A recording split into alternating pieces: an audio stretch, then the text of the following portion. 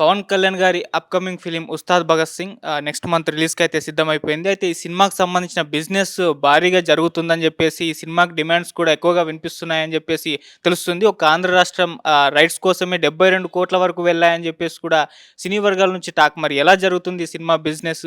మరి లోకల్ మార్కెట్‌ని ఎక్కువగా ఫోకస్ చేశారు గాబట్టి, మరి ఈ స్థాయి బిజినెస్ ఈ సినిమా మీద వర్కౌట్ అవుతుందా లేదా? వీటికి సంబంధించి ఒకసారి డిస్కస్ చేయడానికి ప్రెజెంట్ మనతో పాటు సీనియర్ ప్రొడ్యూసర్ నట్టికుమార్ గారున్నారు. వారిని అడిగి తెలుసుకునే ప్రయత్నం చేద్దాం.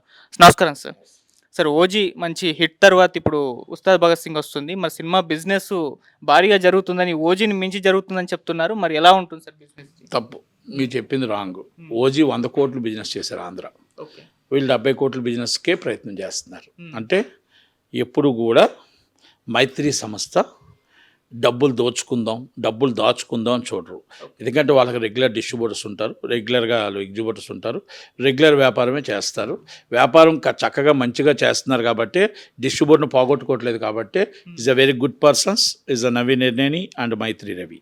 ఎందుకంటే వాళ్ళు గుడ్ పర్సన్స్గా వ్యాపారం చేస్తున్నారు. వ్యాపారంలో ఎప్పుడు కూడా మొత్తం ఎదుటి వాళ్ళని దోచుకుందాం, ఎదుటి వాళ్ళతో తినేద్దాం, ఆ క్యారెక్టర్ వాళ్ళకి లేదు. నాకు తెలిసి వ్యక్తిగతంగా కూడా నాకు తెలుసు. కనుక ఈ సినిమాని పవన్ కళ్యాణ్ గారి సినిమాని వాళ్ళ బడ్జెట్ ఎంత అయిందో వాళ్ళు అక్కడ వేసి లాభం సినిమా ఆడిన తర్వాత తింటారు తప్ప ముందుగా డిస్ట్రిబ్యూటర్లు తినేద్దాం చూడరు. ఓజీ అన్నారు. ఓజీ 100,00,00,000. 100,00,00,000 వచ్చిందా లేదా అనేది ఆ ప్రొడ్యూసర్ని అడగొచ్చు, ఆ డిస్ట్రిబ్యూటర్ని అడగొచ్చు. ఆ టైప్ ఆఫ్ క్యారెక్టర్స్ వీళ్ళవి కావు. ఆ టైప్ ఆఫ్ క్యారెక్టరే కాదు వాళ్ళది. వాళ్ళది వేరు. వాళ్ళది డిఫరెంట్. నష్టం రాకూడదు. నిర్మాత బాగుండాలా, హీరో బాగుండాలా, సంస్థ బాగుండాలా, డిస్ట్రిబ్యూటర్ బాగుండాలా, ఎగ్జిబ్యూటర్ బాగుండాలా అనే ఆలోచన వాళ్ళలో ఉంది. అందుకే ఈరోజు మైత్రి సంస్థ అన్ని సినిమాలు వస్తూ ఉంటాయి. అన్ని సినిమాలు వ్యాపారం చేస్తూ ఉంటారు.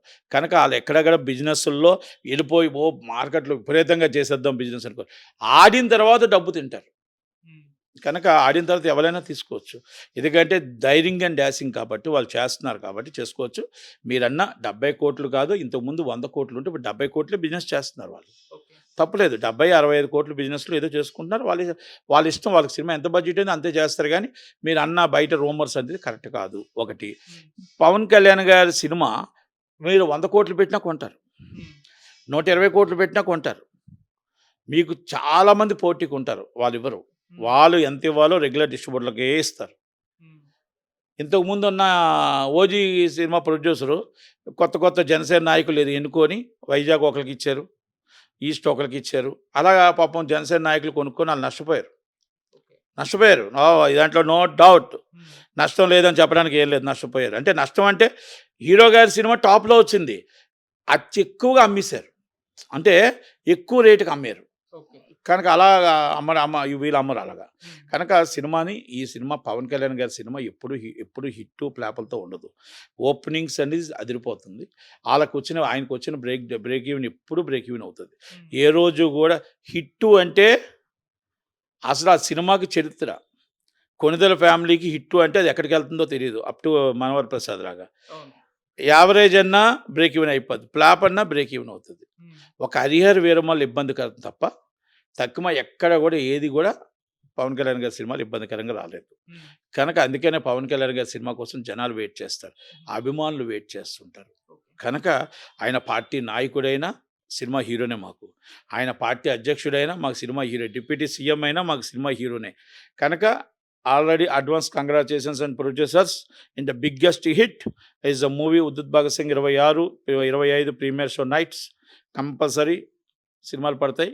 కానీ పవన్ కళ్యాణ్ గారిని నేను ప్రొడ్యూసర్‌ని రిక్వెస్ట్ ఏంటంటే, ప్లీజ్ రిక్వెస్ట్ అండ్ రేట్స్ అభిమానులను దృష్టిలో పెట్టుకొని, చిరంజీవి గారు మీరు ఎలా పెట్టారో రేట్లు చూసి 500 బెనిఫిట్స్‌లో దాటకుండా, రూ. 300 దాటకుండా, మీరు దయచేసి 200, 250, రూ. 300 టికెట్ ఇచ్చి అభిమానులకి సినిమా కోరిక రిపీట్ ఆడియన్స్ వచ్చే విధంగా అభిమానులు మనం దృష్టిలో పెట్టుకొని మనం రేట్లు పెట్టమని నేను రవి గారిని, నవీన్ గారిని, హీరో గారిని రిక్వెస్ట్ చేస్తున్నా. 500 దాటి రేటు పెట్టొద్దు.